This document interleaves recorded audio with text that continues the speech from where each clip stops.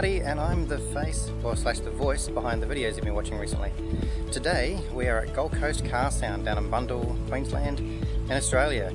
I've been invited here to do a bit of an experimentation on a Mitsubishi Pajero. We want to compare the difference when people say, should I update the speakers in the front of the car, or should I deaden it, or should I do both? What's the difference? Well, today we are going to use an RTA, which is a real-time analyzer, to visually show you the differences between the stock speakers, when we change the speakers only, when we deaden it with the stock speakers, and finally we deaden it with the aftermarket speakers. None of these will be amplified, there's no equalization, no time alignment, nothing. It's just straight out of the box to try and get the best representation via video as to what the differences is. So let's get started. So the first thing we're going to need is a pink noise track. Okay, this is one I'm using from the shop, which is why the title says GCCS, Gold Coast Car Sound. It's part of their test USB, and this is a track called Pink Noise. This one goes for about 10 minutes, which is great for doing analysation of what's going on. To give you an idea what it sounds like,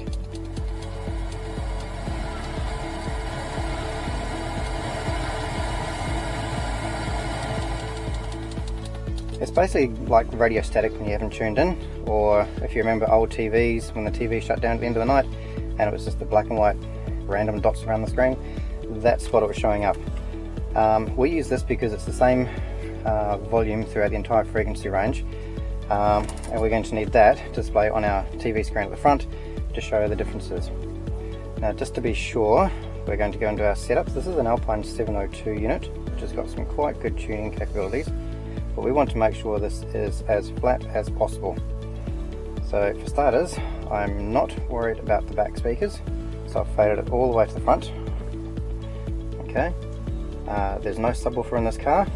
I shall turn the rear speakers off, that makes it easier. We'll check the equalization. It is currently on flat. There is no EQ curve whatsoever, it is completely flat.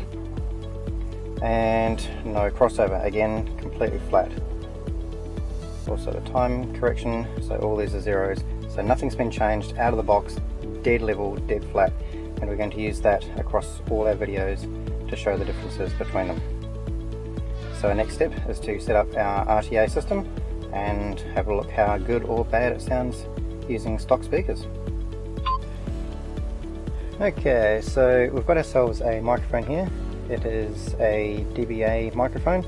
It's a bullet style, so the microphone receiver is right at the front, and I've tucked it underneath the seat, running through here and down to our DBX RTA from AudioControl.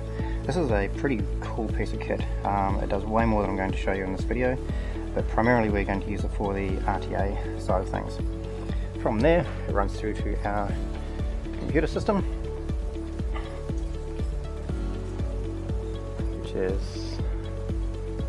that, and as noise kicks in, it bounces the bottom lines. We're going to try and get it relatively flat, but really we're just after a comparison today. Time for test number one. This is volume 15, everything's flat, stock speakers playing pink noise, and that is the curve we're getting. So you can see there's a bit of a dip kicking in around about 500, a few peaks, mainly in the 900 range and the 1.6k range. That sort of peters off. So out of the box, it's not great, it's not the worst we've seen, but it's not great. We ultimately want it to be as flat as possible. Our next step, of course, is to pull out the stock speakers, replace them with some new ones, and have another look. So I think the best thing to do is show you what speakers we're going to be putting into this, so you know that I'm not cheating the system by putting a very high-end set of speakers into this car. This is a set from the Polk MM1 series. It is the MM6502. It's a 6.5 inch two-way split system. So I've taken it out of the box so you can have a look at it. The driver's quite nice. It's relatively lightweight due to the composition of the magnet on the back of it, but it should fit quite nicely. They do come with some rather decent sized crossovers. This is going to be much easier for you to do if the mid bass and the tweeter is in the door, otherwise they're going to go in the car. There come some beautiful little tweeters. surface mounting cups should you need to go that option. Some cool badges you can put anywhere you like. And wiring to do it all, which you don't normally get in speaker packages anymore. I've also provided some gaskets for sealing your back speakers. So these are the ones we're going to use versus the stock Mitsubishi speakers. And next step is to drop these things in and have a look at our frequency response. Now we have installed the Polk speakers, the bass and the tweeters in stock locations. Still no deadening, the volume is at 15, everything is flat, and this is our response curve.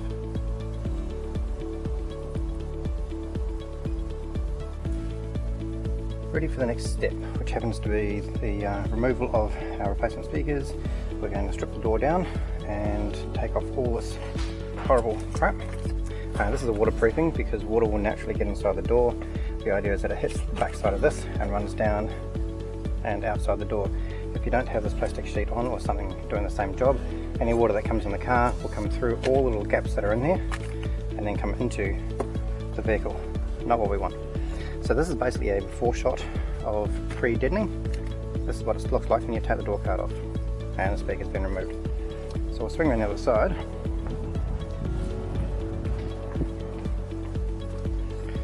And this is a fully deadened door. I'll put the extra brackets back on where they need to be. This is the stock speaker for our next test to see what it sounds like with a deadened door. And I've done with the inside skin and the outside skin.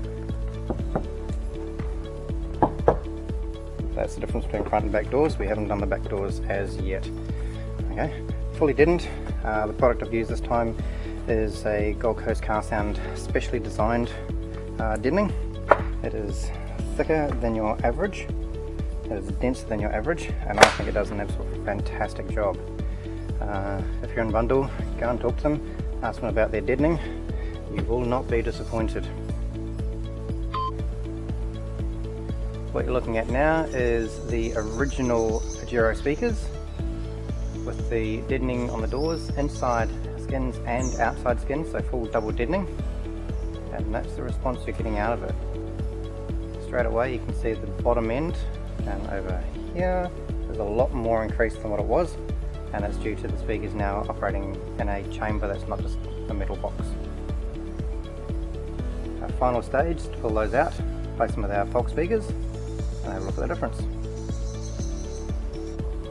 And here we have the final result. So still on volume 15, no equalization or time alignment, anything at all. Microphone in the same position. We have fully deadened the doors inside and outside, and now using the Polk to a component system.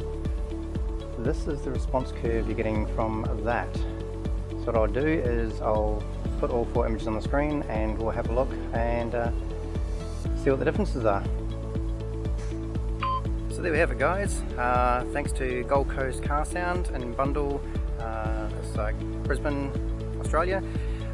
Thanks very much for letting me use the workshop. It was most appreciated, and all the equipment.